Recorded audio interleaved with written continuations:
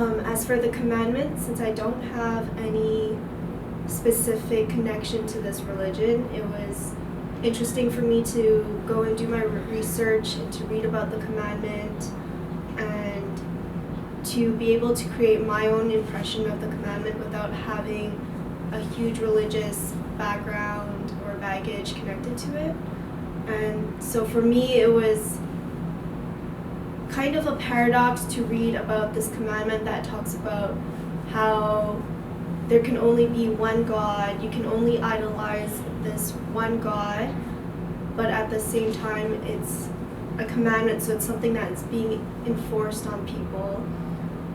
And to me, in my impressions, I feel like a God would just be, it would just be, and people would just know to idolize, and with all its power, it wouldn't be scared that other people would idolize other gods. Like, there's kind of this association with scarcity in this commandment where I feel like there's a little bit of insecurity and vulnerability that is connected to it, which is kind of ironic because, you know, when we imagine a God, it's this almighty being, but in this case, in the commandments, it seems like there's still this fear that people will look elsewhere and believe in other gods, which is something that really fascinates me. It fascinates me to see the evolution of human beings and how our consciousness, our spirituality is evolving, and to see how far mankind can go when we believe in something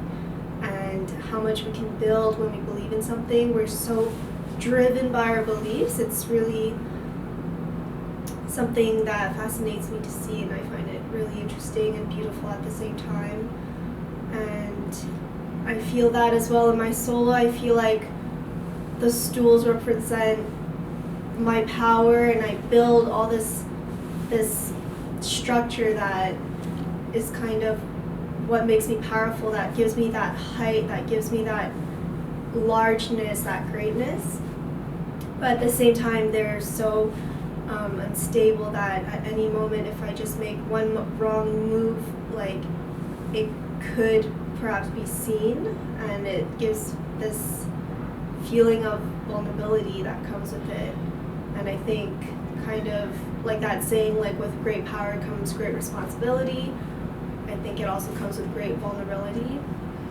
So this is kind of how I connect with my commandment personally, and this is how I kind of see it.